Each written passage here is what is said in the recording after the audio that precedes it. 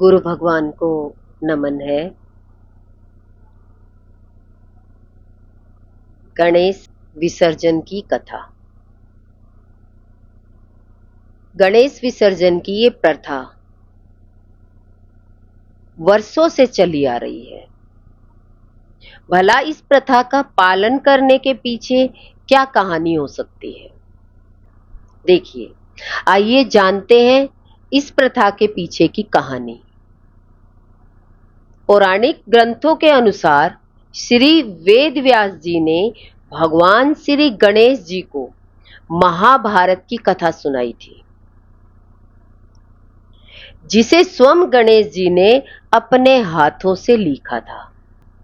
जिस दिन उन्होंने इस कथा की शुरुआत की थी, वह दिन गणेश चतुर्थी का दिन था।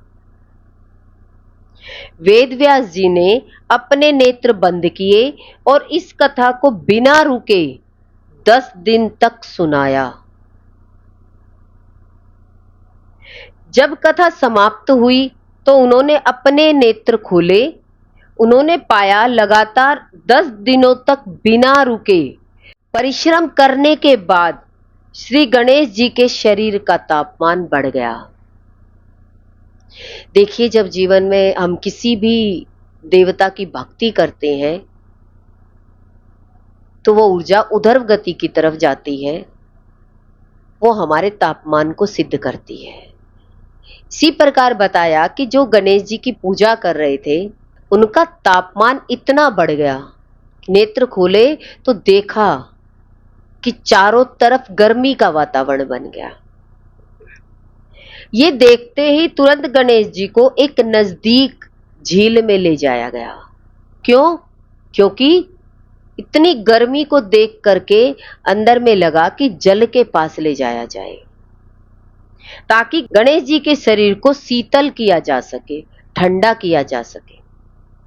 वह अनंत चतुर्दशी का दिन था और तब से अनंत चतुर्दशी के दिन शीतल करने की प्रथा शुरू हो गई।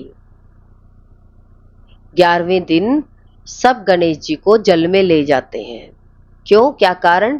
क्योंकि चारों तरफ तापमान भक्ति का तप बढ़ जाता है। ऐसा भी कहा जाता है कि श्री वेद व्यास जी ने गणेश जी के शरीर का तापमान ना बढ़े, इस कारण गणेश जी के शरीर पर सौंधी मिट्टी का लेप भी किया। क्यों? ठंडक रहे। पर तापमान बढ़ता गया और मिट्टी सूख गई। श्री गणेश जी के शरीर में अकड़न आ गई। फिर वो मिट्टी को निकालने और शरीर को ठंडा करने के लिए श्री गणेश जी को पानी में ले गए। यहीं से श्री गणेश जी के विसर्जन की शुरुआत हुई। देखिए, कहानी और मान्यताओं के अनुसार तो ये सब चीजें बदलती रहती है, पर देखा जाए तो जीवन में ये देखिए, एकजुट होकर के सभी भक्त भक्ति करते हैं और वो भक्ति से ही हमारे जीवन में खुशियां आती है, सफलता मिलती है। जब भी हम देखते हैं किसी भी देवता का दिन आता है तो सब मिलकर भक्ति करते हैं, और भक्ति का फल है प्रेम। प्रेम उसे ही कहते हैं जो जीवन में एकता से जिए, एक होकर जिए। अब एकता का मतलब हम समझते हैं हम एक दूसरे से मिलकर रहें। एकता का मतलब ये है कि सर्वत्र परमात्मा विराजमान है, कि परमात्मा तो ठसाठस सब में भरे हुए हैं। चारों तरफ मिट्टी मिट्टी है, तो मिट्टी की शेप से आप कुछ भी बना सकते हो। अनेकों मूर्तियां बनती है। अब गणेश जी की बनी है, आगे माता रानी की बन जाएगी, कभी हनुमान जी की बन जाएगी। पर तत्व दृष्टि से देखा जाए तो मिट्टी ही है। कहते हैं लास्ट में भी मिट्टी बन जाते हैं और शुरुआत में भी मिट्टी होती है। पर देखा जाए तो अगर हम भक्ति की शुरुआत देखें तो सब मिलकर के जब संकीर्तन करते हैं, पूजा करते हैं, पाठ करते हैं, आरती करते हैं, व्रत करते हैं, नियम लेते हैं, कहते हैं जब सामूहिक भक्ति होती है तो वो उसमें ज्यादा बल आ जाता है। जब एक दूसरे से प्रेम में जुड़ते चले जाते हैं, एक दूसरे के विचार एक हो जाते हैं, तो ताकत क्या हो जाती है? बढ़ जाती है। और एक दूसरे के विचार खराब हो जाए तो दोनों टूट जाते हैं। कहते एक के पास पैसा ज्यादा था, एक के पास शरीर था, एक के पास बीमारी थी, एक के पास स्वस्थ शरीर था, पर दोनों को एक दूसरे की जरूरत है। तो अब काम कैसे आएंगे? घर में दो व्यक्ति है तो एक व्यक्ति बीमार है और एक व्यक्ति स्वस्थ है, पर दोनों का झगड़ा है। अब एक दूसरे के काम आएंगे? नहीं। क्या कारण है काम नहीं आएंगे? राग द्वेष की दीवार। राग द्वेष की दीवार के कारण व्यक्ति एक दूसरे के काम नहीं आता। बस सही मायने में एक दूसरे की जरूरत होगी तो एक दूसरे को मिलना पड़ेगा। ऐसे ही संसार में जब सब खराब हो जाता है तो हमें ज्ञान मिलता है, और ज्ञान मिलने के बाद हमारी समझ खुलती है। और जब वो समझ खुलती है तो गुरु हमें कहते हैं कि सर्वत्र परमात्मा है। सबके अंदर में जो श्वास चल रही है वो परमात्मा के द्वारा चल रही है। वो श्वास किसी की खरीदी हुई नहीं है। वायु सबकी एक है, पर उस वायु से सब सांस ले रहे हैं। पर सबने वायु को अंदर ग्रहण करने के बाद क्या सोचा? ये मेरी है, ये मेरी है। पर वायु कभी किसी ने किसी से खरीदी है? ऐसे ही 5 तत्व है। क्या है? 5 तत्व। पृथ्वी, जल, अग्नि, वायु और आकाश। पृथ्वी तत्व में देखिए, पृथ्वी एक है, वो अपनी धुरी पर घूम रही है। पर पृथ्वी के ऊपर चारों तरफ दीवार करने से छोटे छोटे घर बना लिए, तो सबने क्या कर लिए? पृथ्वी के टुकड़े कर दिए। सोच क्या बना ली? ये मेरा है, ये मेरा है, ये मेरा है। सबकी मान्यता क्या बन गई? सब अलग अलग हो गए। तो सब अलग अलग करके पृथ्वी तत्व को देखने लगे। अब ये अज्ञानता कहां से आ गई? जैसे जैसे हमारे माता पिता ने पीढ़ी दर पीढ़ी देखिए, उन्होंने अपना घर बनाया, उसके बाद अपना अपना मैं करते करते सबको यही पक्का हो गया कि ये मेरा है। पर पृथ्वी क्या है? एक है। पर ज्ञान होगा तो पृथ्वी एक है, अज्ञान होगा तो टुकड़े टुकड़े हैं। अब ये टुकड़ों में बट गई, पर परमात्मा की सृष्टि तो एक ही है, पृथ्वी एक है। प्रलय आ जाए तो सारी पृथ्वी को एक कर देती है। भूकंप आ जाए तो सारी पृथ्वी, सारे घर, मकान, दुकान टूट करके एक मलबा बन जाता है। पर कहते हैं अब क्या हो गई? पृथ्वी एक हो गई, पर टूट करके एक हुई। अब कौन किसको कहे कि ये मेरी दीवार है, ये मेरी ईंट है, या वो मेरी ईंट है? कौन कहे? कहते अब तो मलबा बन गया। ऐसे ही जल तत्व है। समुंदर एक है, पर उसका पानी कट कट करके नदियों में आ गया, नदियों से तालाबों में आ गया, धीरे धीरे टंकियों में आ गया और फिर घर तक पहुंच गया। पर घर तक टंकी में जब तक पानी आपने स्टोर किया तो आपने क्या कहा? ये जल मेरा है। तो आपने जल के टुकड़े कर दिए। उसी जल को देखिए फ्रीज में रख दीजिए तो वो टुकड़े क्या हो जाएंगे? पत्थर की तरह हो जाएंगे। अगर उसे थोड़ा सा बाहर निकाल के रख दो तो पानी में परिवर्तन हो जाएगा, पर है तो जल ही। पर ज्ञान होगा तो आप जल से कुछ सीख लोगे। अज्ञानता में होंगे तो कहेंगे कि क्या? बर्फ को पत्थर बना करके एक दूसरे से झगड़ा कर लोगे। अज्ञानता क्या हुई? जल तत्व की अज्ञानता यही है कि मेरा अपना है ये जल, मेरे पास इतना है। जब बाढ़ आ जाती है, वही समुद्र का जल शहरों में, गांवों में, नगरों में, कस्बों में घुस जाता है, तो वो सारा जल सबको एक कर देता है। जलमग्न हो जाती है वो भूमि। जब वो जल आपके घर तक पहुंचता है तो आप क्या कहेंगे? हमें इतने जल की जरूरत नहीं है। तो जल तत्व को आपने टुकड़े में देखा तो ये अज्ञानता है, पर जल एक है, समुद्र एक है। तो ऐसे ही पृथ्वी, जल, अग्नि। अग्नि देखिए, आकाश में अग्नि दिखाई नहीं देती, पर सूर्य की अग्नि, सूर्य कहाँ है? आकाश तत्व में है, एक है। पर उसकी अग्नि नीचे तक आती है तो आप तिल्ली भी जलाते हो तो भी वो आग पकड़ लेती है। आग कहां से है? हमारे चारों तरफ आग होती है, पर हम आग किस में देखते हैं? जिसमें मसाला लगा हुआ है।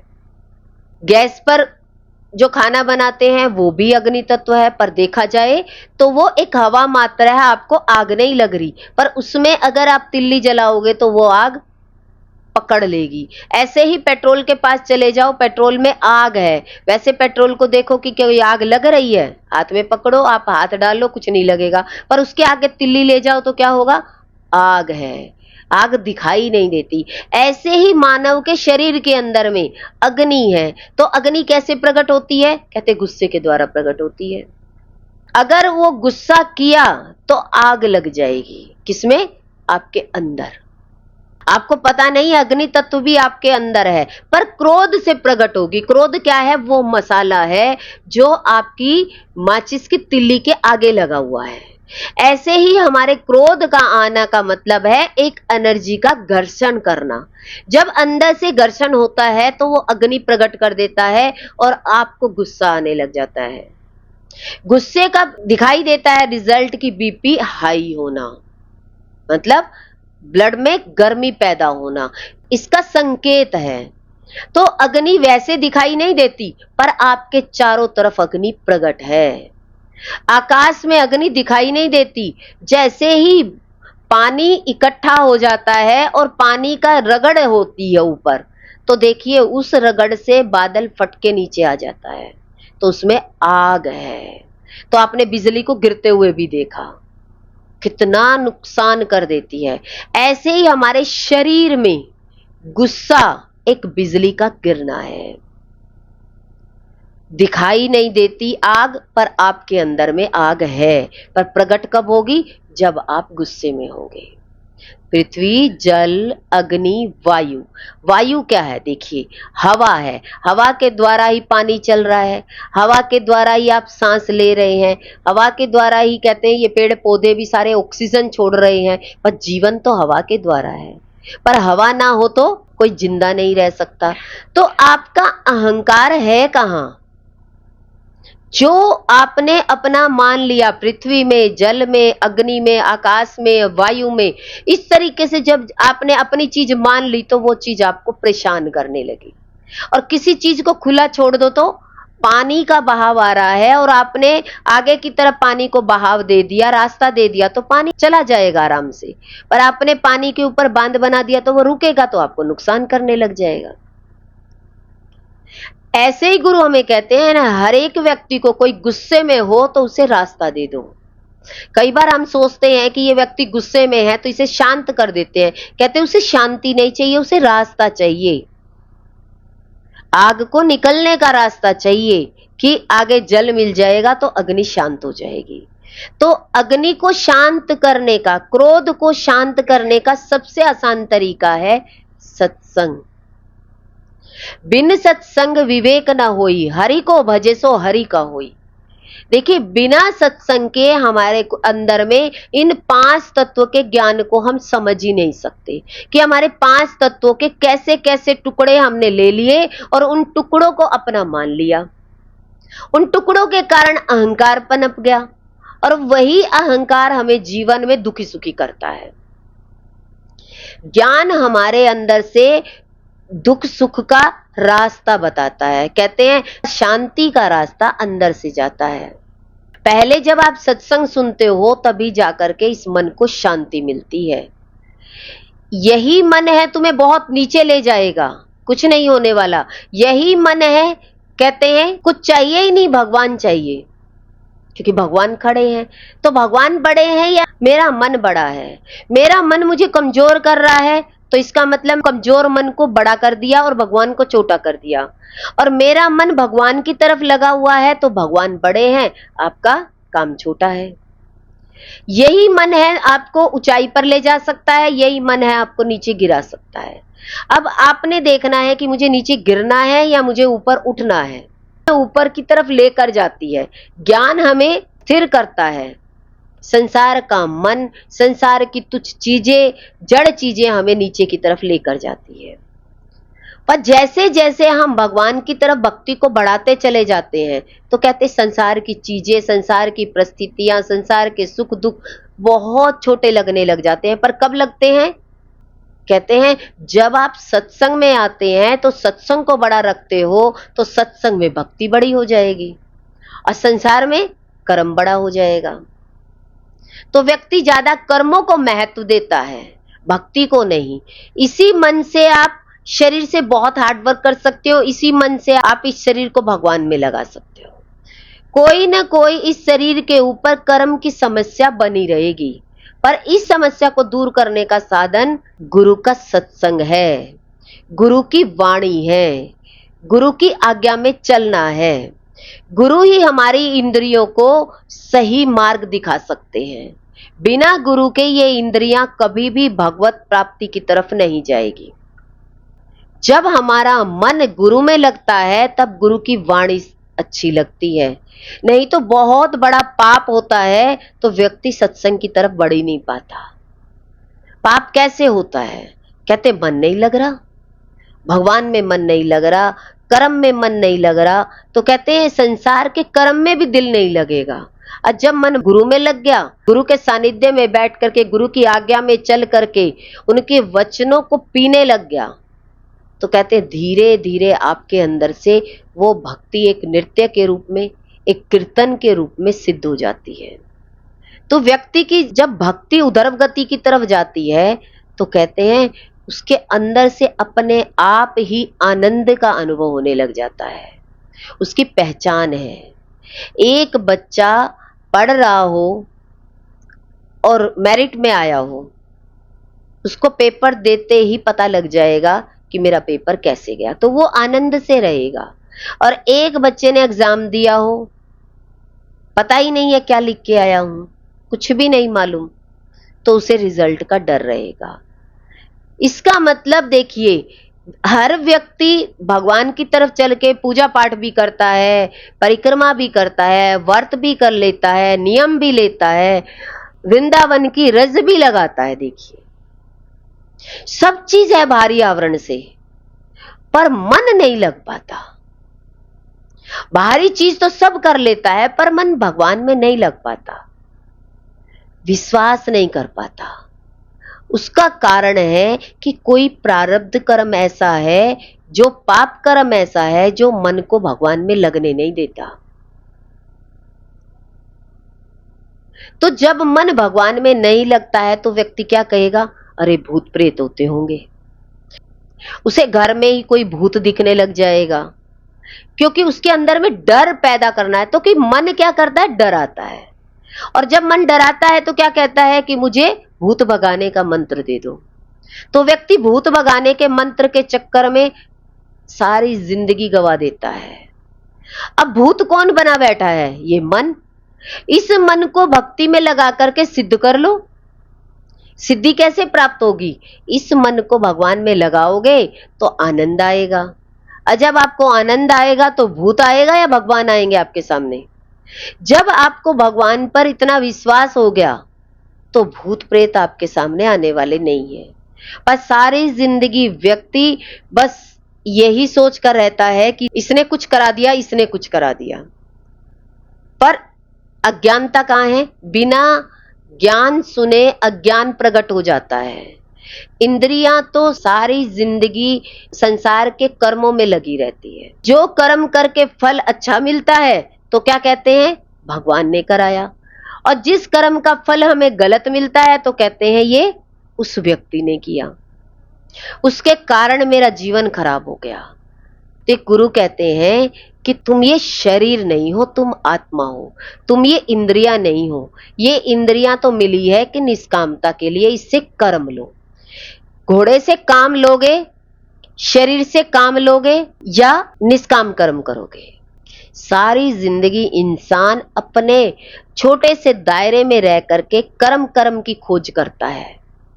पर निष्काम कर्म क्या है? जहां भगवान ने बिठाया है, जहां कुछ भी दिया है, कहते उसी में सब कुछ समाया हुआ है। किसमें समाया हुआ है? उसी में ही। देखिए ये मन बाहर की तरफ जाता है तो ये क्या करता है? संसार में दुख भोगता है। पर यही मन गुरु हमें अंदर से भक्ति में लगा देते हैं। देखिए यही शरीर है और यही मन है। इसे संसार भी दिखा सकते हो, इसे भगवान भी दिखा सकते हो, पर ये आपके ऊपर है। संसार भी भगवान ही है, पर आप संसार को भगवत दृष्टि से देख नहीं सकते। तो परिस्थितियां हमारे जीवन में कब तक आती है? जब तक हम इस दुनिया को शरीर करके देखते हैं, मान करके नहीं देखते। भगवत दृष्टि नहीं होती तब तक चोट पहुंचती रहती है। चोट कब तक पहुंचती है? परिस्थितियां कब तक आती है? जब तक वासुदेव सर्वम, चारों तरफ वासुदेव है। जब तक हमारी स्थिति ये नहीं बनेगी तो ये 5 तत्व हमें प्रताड़ित करते रहेंगे, क्योंकि 5 तत्वों में ब्रह्म की सत्ता है, ब्रह्म की नहीं। तो इसलिए सबसे पहले इस ब्रह्म की सत्ता को समझ लोगे तो ये सारी सृष्टि समझ में आ जाएगी। पर एक एक करके आप सबको पता करने चलोगे तो एक जन्म में पृथ्वी तत्व को भी नहीं नाप सकते, एक जन्म में जल तत्व में भी नहीं नाप सकते। तो कहते हैं ये तो असीम है, इनको नापने चले तो कितनी बार जन्म मरण में आओगे, कितनी बार। कहते जीवन ही चला जाएगा बार बार, पर आप इस दुनिया को समझ नहीं पाओगे। और ब्रह्म को समझ लोगे तो सारी सृष्टि आपको समझ में आ जाएगी। कहते ये सारा संसार तेरी मुट्ठी में होगा। तो ब्रह्म ज्ञान सबसे ऊंचा ज्ञान है। कहते हैं इस ज्ञान को, आत्मा का ज्ञान अगर जो इस व्यक्ति ने समझ लिया तो कहते इसने सारे जगत को समझ लिया। तो सारे जगत को जानने के लिए एक निचोड़ चाहिए, एक सार चाहिए, वो गुरु से मिलेगा। तो पहले पढ़ाई लिखाई चाहिए। जब बच्चा अच्छे से पढ़ लिख जाएगा तो नौकरी धंधे की चिंता नहीं है, और जो बच्चा पढ़ा लिखा नहीं होगा तो उसे नौकरी धंधे की चिंता होगी। जब पढ़ा लिखा बच्चा है तो नौकरी का क्या सोचना, मिल ही जाएगी। पढ़े किस लिए हैं? देखिए, जिस इंसान ने 25 साल अपने जीवन को लगाया होगा, किस लिए लगाया? 25 साल दिल से पढ़े, खूब पढ़ाई लिखाई करी। क्या इसलिए करी थी कि कामयाब नहीं होंगे 24 साल के बाद, 25 साल के बाद? क्या 25 साल बाद बच्चा ये सोचेगा मैं कहीं भी कामयाब नहीं होऊंगा? 25 साल की पढ़ाई ये दर्शाती है कि अगर आपने सही तरीके से पढ़ाई करी है तो आगे आप कामयाब होंगे। हम होंगे कामयाब एक दिन, हमें पूरा है विश्वास, हम होंगे कामयाब। तो जब अंदर में इस मन ने पूरी ताकत के साथ अच्छा काम किया होगा तो रिजल्ट अच्छा ही आएगा, तो खराब तो आ ही नहीं सकता। बच्चे ने एग्जाम दिया है, बच्चे को पता है मैं सब क्वेश्चन का आंसर सही लिख कर आया हूं, मुझे गलती का 1% भी एहसास नहीं है, पूरा विश्वास है। दिमाग में थोड़ा सा भी ये भाव नहीं आएगा कि टीचर मेरे मार्कशीट में कुछ गलती निकाल दे। ऐसे ही जब आपने जीवन में भगवान पर विश्वास कर लिया तो ये सृष्टि कभी आपको दंड नहीं देगी, दंड से दूर रखेगी। क्यों? क्योंकि आपने देखा ही परमात्मा है। तो ये परिस्थितियां जो आती है हमारे जीवन में, ये सब हमें भगवान की तरफ ले जाने के लिए आती है। हम सोचते हैं हम पृथ्वी पर सारी भूमि को खरीद लें, सारा जल तत्व के मालिक बन जाए, अग्नि तत्व के मालिक बन जाए, वायु तत्व के मालिक बन जाए, आकाश तत्व के मालिक बन जाए, इन सब के हम मालिक बन जाए। इनके ऊपर भी एक मालिक है जो ब्रह्म शक्ति है, जो इनको चलाती है। पर सब किसको पकड़ना चाहते हैं? इन 5 तत्वों को। इन 5 तत्वों को भी आप पकड़ ही नहीं पाओगे, कितने भी जन्म ले लो तभी पृथ्वी तत्व को भी पार नहीं कर पाओगे। और जब ब्रह्म तत्व को समझ लिया, ज्ञान समझने का विषय है, जिसकी बुद्धि शार्प होती है वही ज्ञान को समझ सकता है। जो बच्चा पढ़ गया सही तरीके से, वो कहता है मैं कहीं भी चला जाऊं कामयाब हो जाऊंगा, कभी हार नहीं मानेगा, क्योंकि उसे अपनी विद्या पर विश्वास है। जो पढ़ा लिखा नहीं होगा तो वो तो डर जाएगा, कांपने लग जाएगा, हाय मैं कामयाब होऊंगा या नहीं होऊंगा। क्यों? क्योंकि जिंदगी भर पढ़ा नहीं और विश्वास क्या कर रहा है? संसार चाहिए तो आपको पढ़ाई लिखाई करनी पड़ेगी, मेहनत करनी पड़ेगी, पूरे पुरुषार्थ के साथ करोगे तो ये संसार मिलेगा। क्योंकि आपको छोटा संसार चाहिए, भगवान नहीं चाहिए।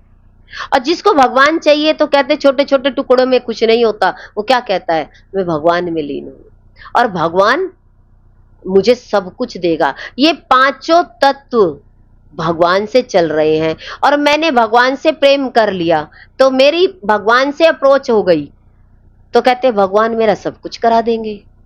भगवान की तरफ, संसार की तरफ। देख, छोटे छोटे कंकड़ पत्थर में जाओगे तो सारी जिंदगी कंकड़ पत्थर ढोते रहेंगे, और जब बड़े में जाएंगे, उस परम पिता परमात्मा से मिलने का अंदर में मन करेगा, तो आप अपनी आत्मा की तरफ जाओगे। सत्य तो आत्मा ही है। तो सही मायने में सर्वत्र जब परमात्मा है, तो फिर छोटे मोटे से क्या डरना। कहते जब है ही भगवान, तो लोग भूतों से डरते हैं, कहते भगवान से बड़ा भूत हो सकता है क्या। कहे कि इसके अंदर में भूत आ गया, पितर आ गए, ये आ गए, वो आ गए। कहते भगवान से तो बड़ा कोई नहीं हो सकता। भगवान से बड़ा होता तो फिर जीव मरता क्यों। भगवान से बड़ा भूत होता तो डराता क्यों। अगर आपकी भक्ति दृढ़ है तो आपको डर आएगा ही नहीं। तो व्यक्ति क्या कहते हैं कि भाई हम हनुमान चालीसा का पाठ करते हैं, कहते भूत पिशाच निकट नहीं आवे, महावीर जब नाम सुनावे। तो महावीर कौन हुए? भगवान। जब भगवान से इतना दिल लगा लिया, तो भूत आपके पास आके क्या करेगा। जब तक आपका मन भगवान में, महावीर में नहीं लगा, उस पर विश्वास नहीं हुआ, तो कहते हैं वही तुम्हें भूत बनकर डराने भी आ जाएगा। क्यों? क्योंकि अपनी तरफ ले जाना है उसे। भूत बनकर डराएगा तभी तो तुम भगवान की तरफ जाओगे, नहीं तो कौन याद करेगा, कौन हनुमान चालीसा पढ़ेगा। तो व्यक्ति छोटी छोटी बातों में इतना ज्यादा दुखी हो जाता है, जब गुरु की बड़ी बात सुनने को मिल जाती है, तो ये छोटी छोटी बातें तो कहते हैं चुटकी में बाहर निकल जाती हैं, समस्याएं बाहर हो जाती हैं। तो हम समस्याओं को बड़ा बनाते हैं या अपनी खुशी को, अपने आनंद को बड़ा बनाइए। जब आप आनंद में रहेंगे तो दुख आपके पास से चला जाएगा। अगर आपने दुख को बड़ा बना दिया और गुरु को छोटा कर दिया, इसका मतलब तो आपके जीवन में दुख बड़ा है, गुरु छोटे हैं। दुखी व्यक्ति क्यों हो रहा है? क्योंकि आपके जीवन में गुरु बड़े होने चाहिए, शब्दों में नहीं, प्रैक्टिकल में। रोने से तो पता लग रहा है, तो इसका मतलब समस्या बड़ी है, भगवान बड़े नहीं है। और भगवान बड़े हैं तो मुझे किसी प्रकार का दुख नहीं है। भगवान ने आज का दिन निकाला है तो कल का भी निकालेगा, खिला तो वही रहा है। इस दुनिया का संचालन तो कौन कर रहा है? भगवान ही तो कर रहे हैं। तो जब हम भगवान की तरफ पूरी आस्था के साथ, पूरे विश्वास के साथ जब हम लग जाते हैं, तो कहते हैं परमात्मा अंदर से खिलता हुआ महसूस होता है, के अंदर से आनंद प्रकट होता हुआ दिखाई देगा। जैसे एक कमल की पंखुड़ी दिखाई दी, और जैसे ही सूर्य तेज उस पर पड़ा तो फूल खिल गया। अरे थोड़ी देर पहले तो गए थे तो ये फूल की पंखुड़ी क्या थी? बंद थी। और जैसे दूसरी बार वापस वहीं से निकले तो वही फूल खिला हुआ था। क्या था उसमें? बंद था तो प्रकाश नहीं जा रहा था, थोड़ा थोड़ा प्रकाश गया और फूल खिल गया। ऐसे जीवन में गुरु का प्रेम हमारे अंदर में जाता है तो ये ब्रह्म कमल खिल जाता है, हृदय कमल हो जाता है, हस्त कमल हो जाते हैं, चरण कमल हो जाते हैं। तो संतों के चरणों को चरण कमल बोला जाता है, हाथों को हस्त कमल बोला जाता है, कंठ को कंठ कमल बोला जाता है, और नेत्रों को नेत्र कमल बोला जाता है, और ब्रह्म को ब्रह्म कमल बोला जाता है। तो इस बात से समझ में आता है कि उनका शरीर तो सारा कमलों से भर गया, और संसारी व्यक्ति सारी जिंदगी बंद पंखुड़ियों को लेकर के, बेड़ियों में, पैरों में भी बेड़ियां, हाथों में भी बेड़ियां, कानों में भी बेड़ियां, देखिए मानसिक रूप से भी बेड़ियां, बेड़ियों में बंधा रहता है। खुद अपने दोनों पैर बांध रखे हैं और कहते हैं कि मुझे किसी ने बांध रखा है। कोई किसी को नहीं बांध सकता। अगर तुम भगवान से संबंध जोड़ लो, भगवान से बंध जाओ, तो तुम्हें कोई बांधने वाला मिलेगा ही नहीं, क्योंकि आप एक बड़े से बंध गए, अब छोटों में बेड़ियां बंधने की जरूरत ही नहीं है। गुरु भगवान के शुक्राने हैं, गुरु ने हमें ये ज्ञान दे करके हमें मुक्त किया। ऐसे ही हम भी सत्संग में आकर के मुक्त हो सकते हैं। जो अपने आप से ही हाथों को बांधा हुआ है, अपने पैरों को बांधा हुआ है, अपने शब्दों से बंधे हुए हैं, अपने कानों से बंधे हुए हैं, अपने नेत्रों से बंधे हुए हैं, अपने दिमाग से बंधे हुए हैं। कहते हैं इन सब से मुक्त करने वाला गुरु है। गुरु मिलते हैं सत्संग में। सारा सत्संग, ज्ञान, ध्यान सब मिलता है इस सत्संग की क्लास में। तो ज्ञान के लिए सत्संग में आना बहुत जरूरी है। गुरु भगवान के अनंत अनंत शुक्राने हैं।